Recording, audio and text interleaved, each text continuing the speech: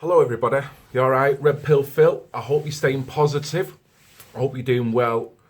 And a long shot, but I hope you're still resonating. You know what? I have had a week of weeks.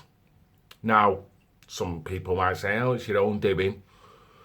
I don't regret any of my last material that I've been putting up.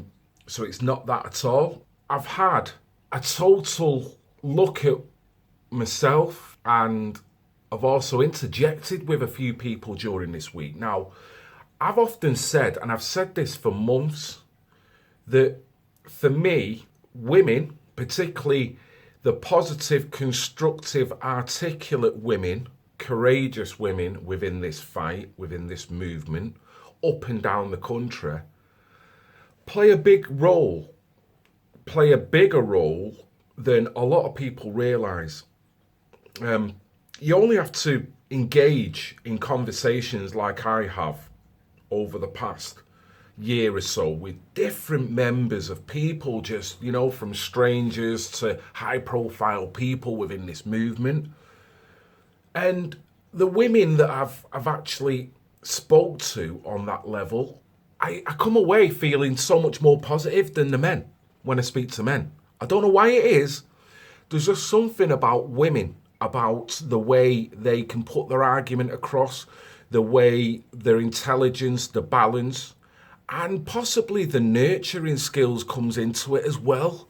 The old mother knows best. So with the majority of women that I've spoke to, I tend to get that vibe.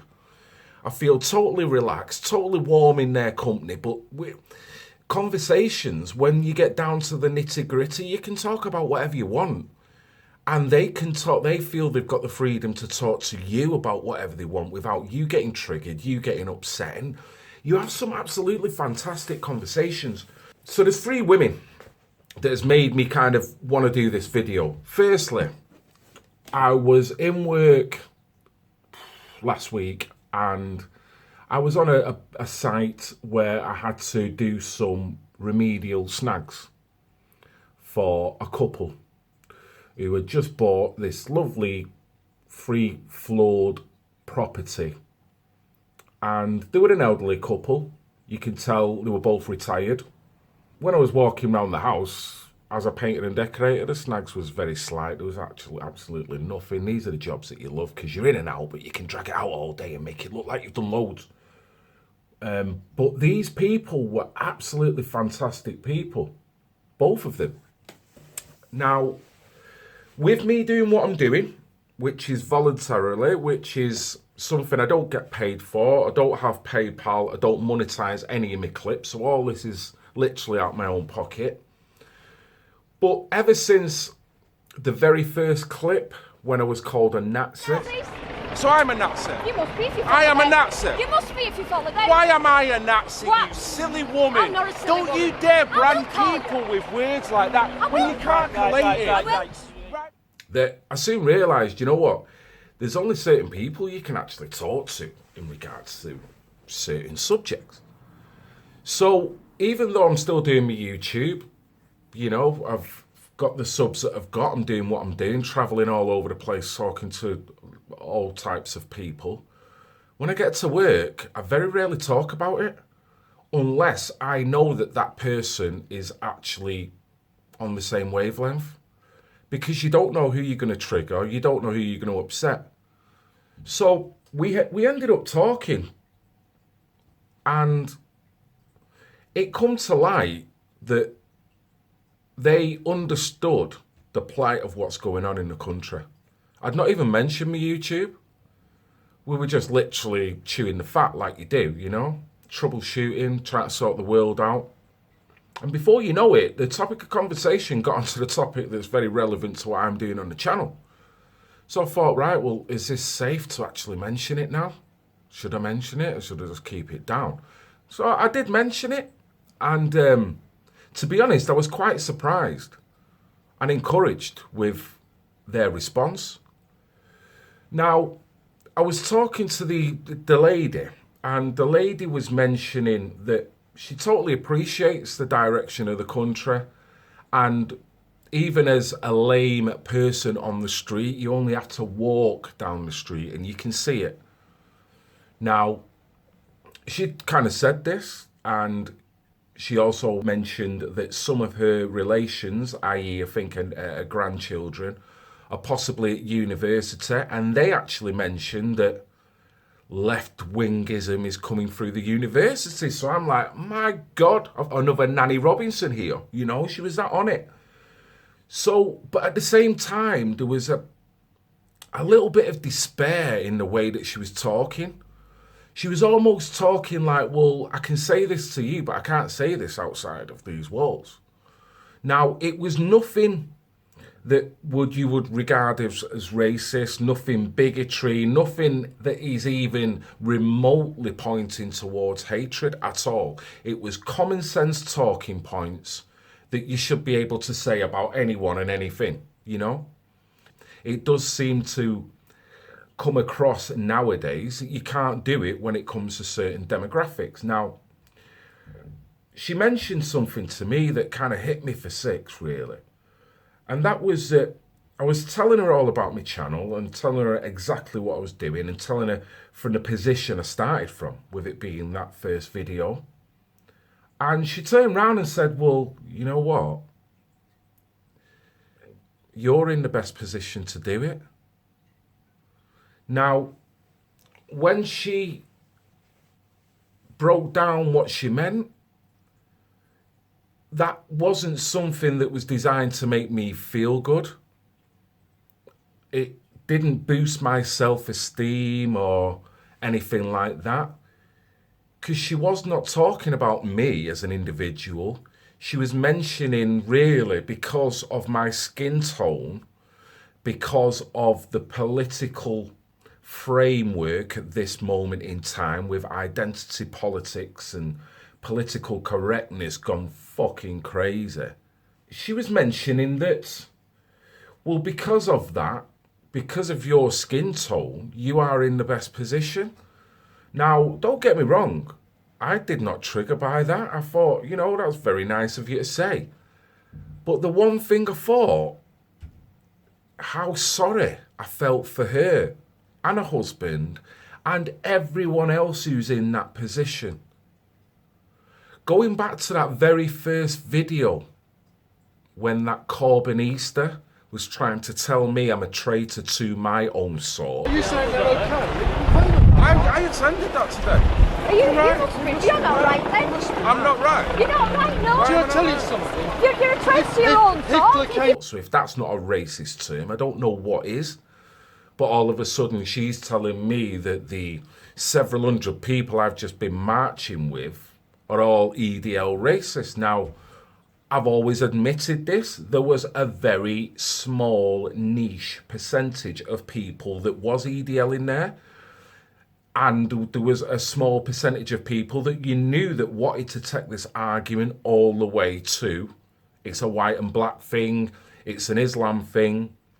And that's where I had to differ with this lady, this Corbynista. And I mentioned to her political correctness. People like you are curtailing the speech through political correctness. People cannot speak in this country anymore. Through political correctness, people in this country cannot speak anymore.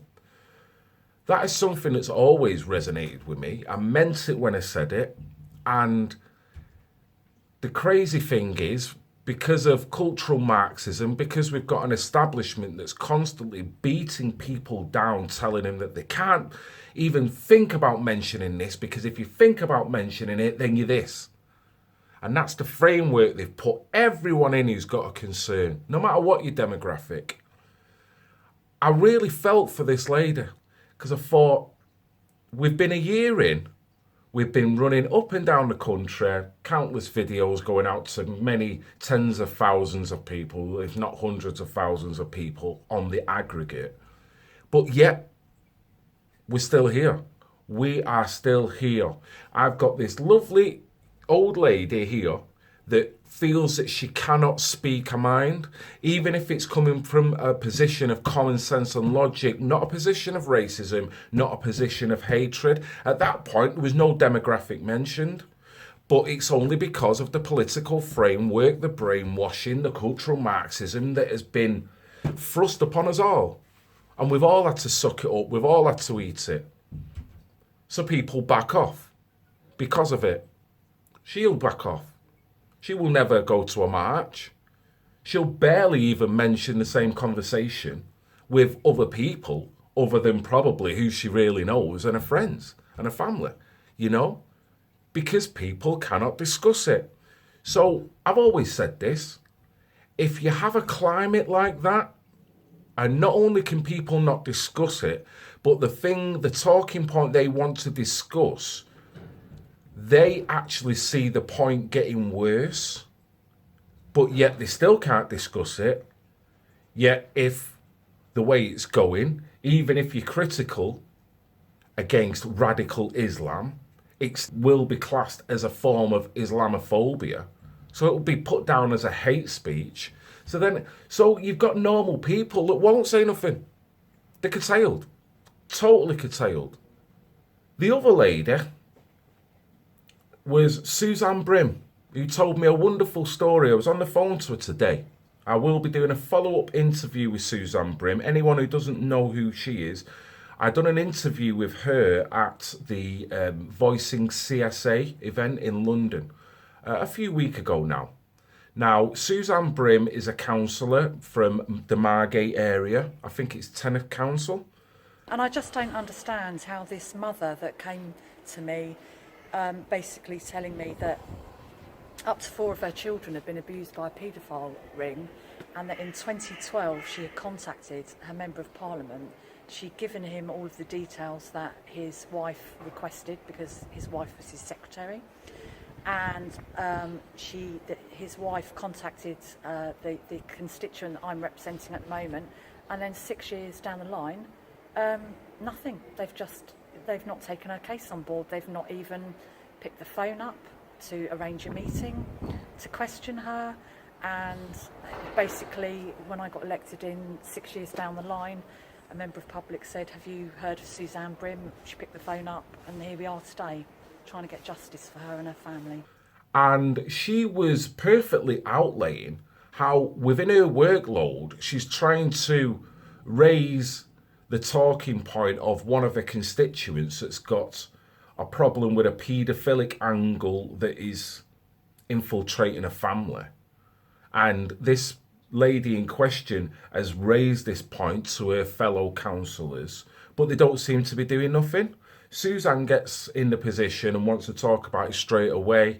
Next thing you know, she's called a whistleblower. No one wants to speak to her. She wants to go to the toilet. She's got to have a security guard with her. All the while knowing that she's right in what she's doing.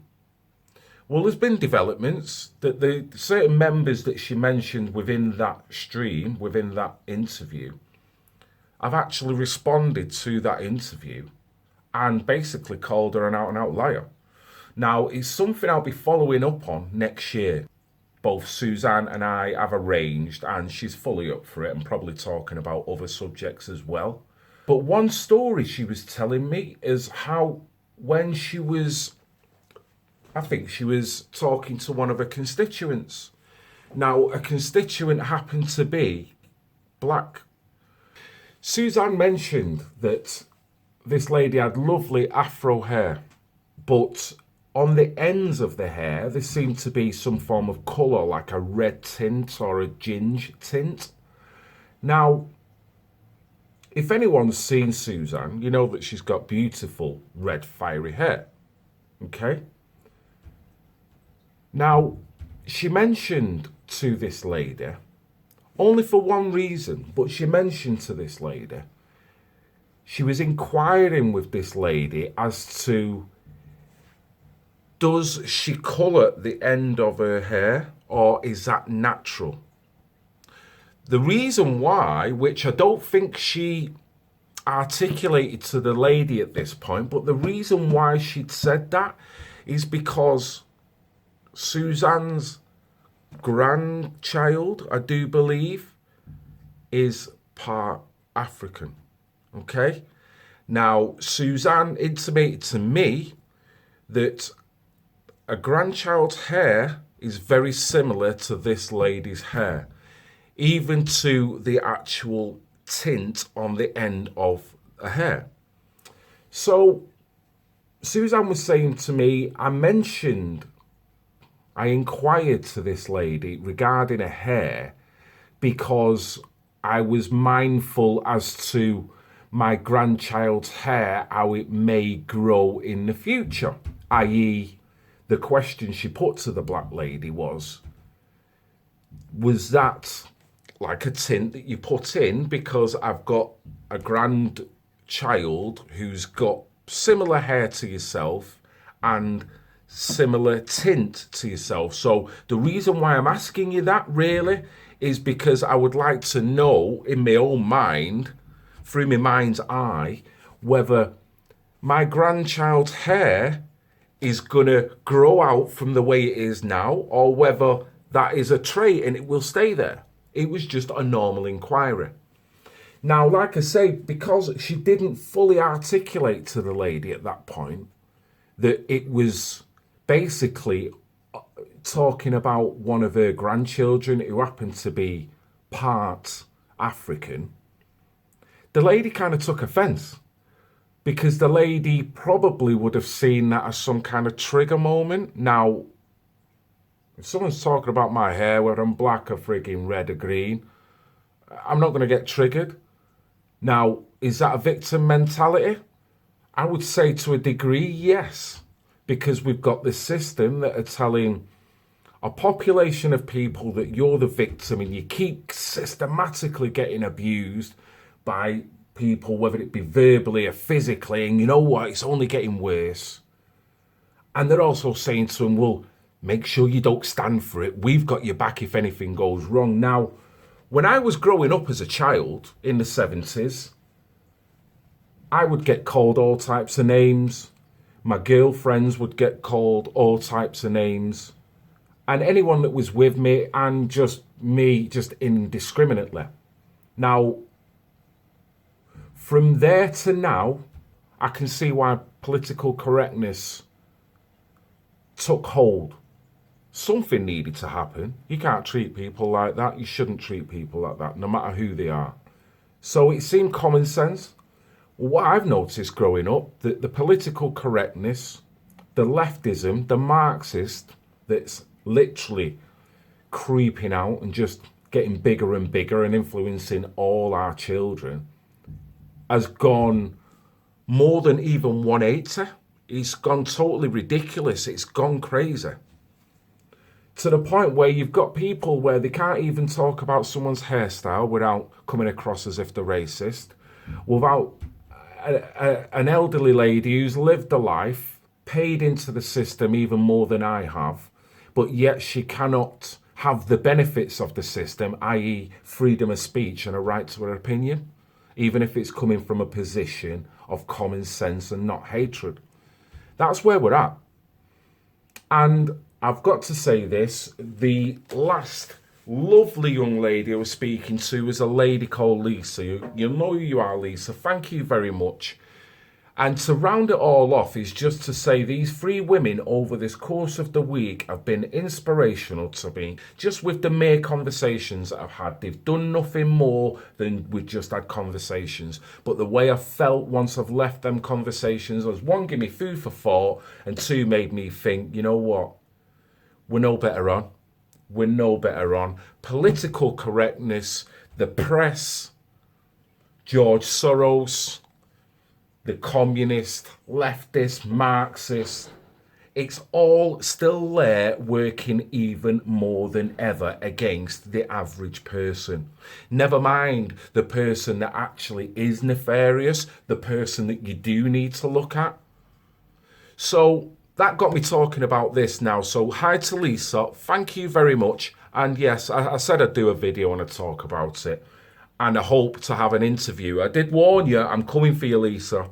because this lady was a very smart lady, and the conversations that we had was well worthy of interviews. So it's something maybe in the future, Lisa, get yourself sorted, get some notes down, and we can meet up and have a nice little interview and just chat the breeze, yeah? That sounds awesome. Now, Lisa also mentioned that she's going to the Brexit march this weekend. So it then got me thinking about, same again, the cultural Marxism that's going to develop there, that's going to be spread out. So no matter what you feel you or represents you in terms of Brexit, you're a racist.